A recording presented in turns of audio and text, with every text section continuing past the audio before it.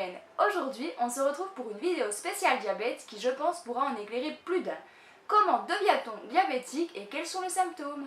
Alors moi, je ne vous en dis pas plus et je vous retrouve à la fin de cette vidéo. Bisous!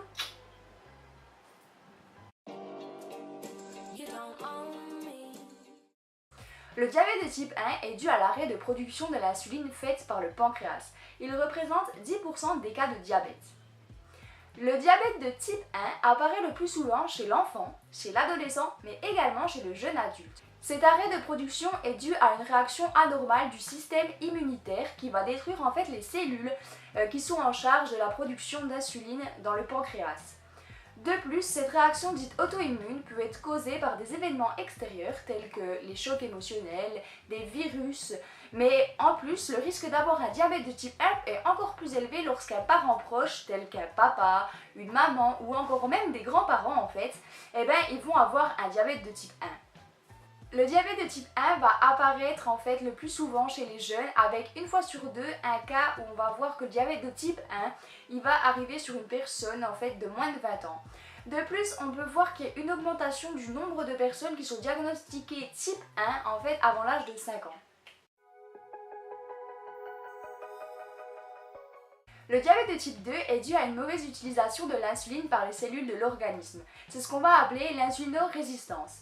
Le diabète de type 2, lui, va apparaître le plus souvent chez l'adulte. Il est fréquent et touche 4% de la population française, ce qui signifie 2,5 millions de personnes. Ce chiffre en plus va augmenter chaque année. Le diabète de type 2 est également dû par exemple à une alimentation trop grasse. Tout d'abord, les cellules de l'organisme vont devenir résistantes à l'insuline. Cette résistance est normale avec l'âge, mais elle va s'aggraver par la présence et l'excès de tissus gras en cas d'obésité ou de surpoids. C'est ce qu'on va appeler l'insulinorésistance. Par la suite, l'organisme va tenter de s'adapter et le pancréas va créer beaucoup trop d'insuline et c'est ce qu'on va appeler quant à lui le stade de l'hyperinsulinisme. Après plusieurs années, entre 10 à 20 ans, le pancréas va s'épuiser et ne va plus pouvoir produire assez d'insuline pour réguler le taux de sucre dans le sang. C'est ce qu'on va appeler le stade de l'insulinodéficience. Le diabète de type 1 se manifeste le plus souvent avec des signes liés à l'hyperglycémie. Les signes révélateurs d'un diabète sont l'envie fréquente d'aller faire pipi, une soif intense, la personne va maigrir alors qu'elle continue de manger normalement, et de plus, il va y avoir une fatigue chez la personne sujette à un diabète. Si le diabète n'est pas traité tout de suite et correctement, il va y avoir d'autres symptômes qui vont apparaître, tels que des nausées, des vomissements. Il y aura également aussi une fatigue tellement importante chez la personne qu'elle va carrément somnoler et au final, il va y avoir un trouble de la vue.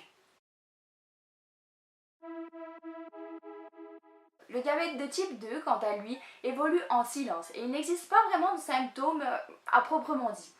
Mais par exemple, il y a quelques signes qui peuvent vous alerter. Par exemple, si vous allez vous sentir fatigué, il y aura également une augmentation de l'appétit et également de la soif. Il y aura du coup une envie beaucoup plus fréquente d'aller faire pipi, mais aussi une cicatrisation plus lente de vos plaies et des affections beaucoup plus présentes. Mais également, le symptôme de la vision trouble va apparaître aussi chez les personnes atteintes de diabète de type 2. Le diabète de type 1 se diagnostique en présence de symptômes. Il est rarement diagnostiqué grâce à un bilan médical pour un tout autre motif. Le diagnostic de type 1 se fait également grâce à une prise de sang qui va mesurer votre taux de sucre appelé glycémie dans le sang. Le diagnostic de type 1 se fait lorsque votre glycémie à tout moment de la journée est supérieure ou égale à 2 grammes et en présence de symptômes. Mais elle se fait également lorsque votre glycémie à jeun est égale ou supérieure à 1,26 en l'absence de symptômes. Pour que votre glycémie et que vos résultats de votre prise de sang soient justes, il faut que vous respectiez un jeûne de 8 heures. Le diabète de type 2 se diagnostique aussi grâce à une prise de sang. Pour faire cette prise de sang, il faut également être à jeun, tout comme pour le diabète de type 1. On est en présence d'un diabète de type 1 lorsque votre glycémie à jeun est égale ou supérieure à 1,26 g et est constatée à 2 reprises. Lorsque votre diabète sera découvert, votre médecin traitant va vous prescrire des examens complémentaires. Ces examens complémentaires seront composés de la mesure de votre taille et de votre poids, également de la mesure de votre IMC appelé indice de masse corporelle. Il y aura également un examen du cœur et de vos vaisseaux sanguins car votre médecin va mesurer votre pouls et votre tension artérielle. Mais il y aura également un examen neurologique à passer. Pour finir cet examen, il y aura également un examen biologique qui sera composé de l'hémoglobine glyquée. Cette hémoglobine glyquée, en fait, c'est une prise de sang qui va mesurer votre taux de glycémie sur les 3 derniers mois et qui va créer une moyenne qui va vous permettre à vous et à votre docteur d'évaluer votre niveau de diabète afin de l'équilibrer le mieux possible. Et voilà, cette vidéo est maintenant terminée, j'espère qu'elle vous aura plu. Si c'est le cas, n'hésitez pas à me mettre un petit like et un commentaire, ça me fera super plaisir et j'y répondrai.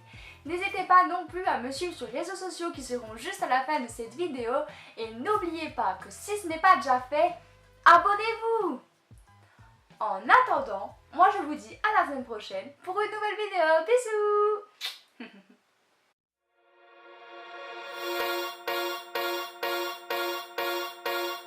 First things first, I'ma say all the words inside my head. I'm fired up and tired.